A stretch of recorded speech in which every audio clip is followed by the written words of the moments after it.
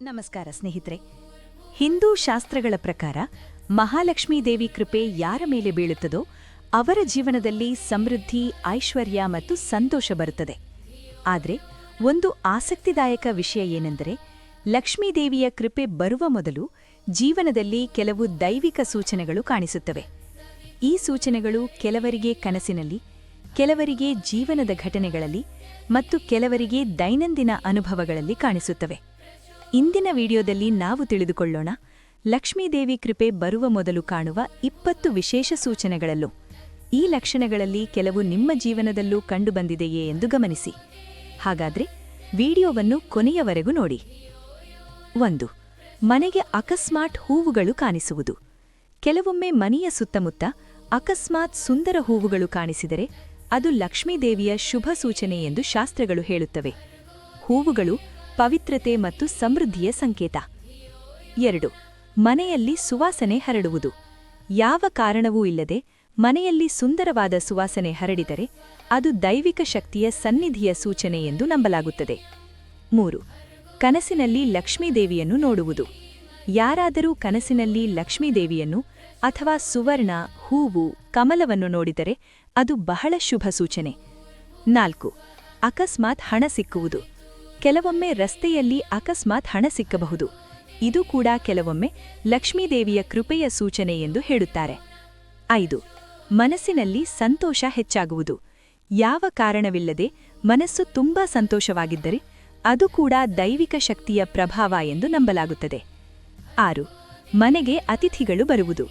ಶಾಸ್ತ್ರಗಳ ಪ್ರಕಾರ ಅತಿಥಿ ದೇವೋ ಭವ. ಮನೆಗೆ ಒಳ್ಳೆಯ ಅತಿಥಿಗಳು ಬರುತ್ತಿದ್ದರೆ ಅದು ಸಮೃದ್ಧಿಯ ಸಂಕೇತ.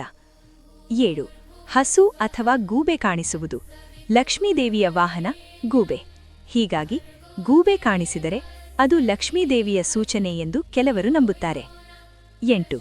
ಮನೆಯಲ್ಲಿರುವ ದೀಪ ಸ್ವಯಂ ಬೆಳಗಿರುವಂತೆ ಕಾಣಿಸುವುದು. ಕೆಲವೊಮ್ಮೆ ದೇವರ ಮುಂದೆ ದೀಪ ತುಂಬಾ ಪ್ರಕಾಶವಾಗಿ ಹೊತ್ತಿದ್ದರೆ ಅದು ದೈವಿಕ ಶಕ್ತಿ ಇರುವುದರ ಸೂಚನೆ ಎಂದು ನಂಬಲಾಗುತ್ತದೆ. 9. ದೇವಾಲಯಕ್ಕೆ ಹೋಗುವ ಆಸಕ್ತಿ ಹೆಚ್ಚಾಗುವುದು. ಲಕ್ಷ್ಮೀದೇವಿ ಕೃಪೆ ಬರುವ ಮೊದಲು ವ್ಯಕ್ತಿಗೆ ಭಕ್ತಿ ಹೆಚ್ಚಾಗುತ್ತದೆ. ಅವರು ದೇವಾಲಯಕ್ಕೆ ಹೋಗಲು ಮತ್ತು ಪೂಜೆ ಮಾಡಲು ಆಸಕ್ತಿ ತೋರುತ್ತಾರೆ. 10. ಹೊಸ ಅವಕಾಶಗಳು ಬರಲು ಆರಂಭ. ಅಕಸ್ಮಾತ್ ಜೀವನದಲ್ಲಿ ಹೊಸ ಅವಕಾಶಗಳು ಕಾಣಿಸಿಕೊಳ್ಳುತ್ತವೆ. ಇದು ಸಮೃದ್ಧಿಯ ದಾರಿಯ ಆರಂಭವಾಗಬಹುದು. 11. ಹಳೆಯ ಸಾಲಗಳು ಕಡಿಮೆಯಾಗುವುದು. ನಿಧಾನವಾಗಿ ಸಾಲಗಳು ಕಡಿಮೆಯಾಗುತ್ತಾ ಬಂದರೆ ಅದು ಲಕ್ಷ್ಮೀ ಕೃಪೆಯ ಲಕ್ಷಣ. 12. ಮನೆಯಲ್ಲಿನ ಶಾಂತಿ. ಜಗಳ ಕಡಿಮೆಯಾಗುವುದು, ಮನೆ ಶಾಂತವಾಗಿರುವುದು ಇವು ಕೂಡ ಸಮೃದ್ಧಿಯ ಸಂಕೇತ. 13. ಹೊಸ ಸ್ನೇಹಿತರು ಸಿಗುವುದು. ಜೀವನದಲ್ಲಿ ಒಳ್ಳೆಯ ಜನರನ್ನು ಭೇಟಿ ಮಾಡುವುದು ಒಳ್ಳೆಯ ಅವಕಾಶಗಳನ್ನು ತರಬಹುದು. 14. ಕೆಲಸಗಳಲ್ಲಿ ಯಶಸ್ಸು.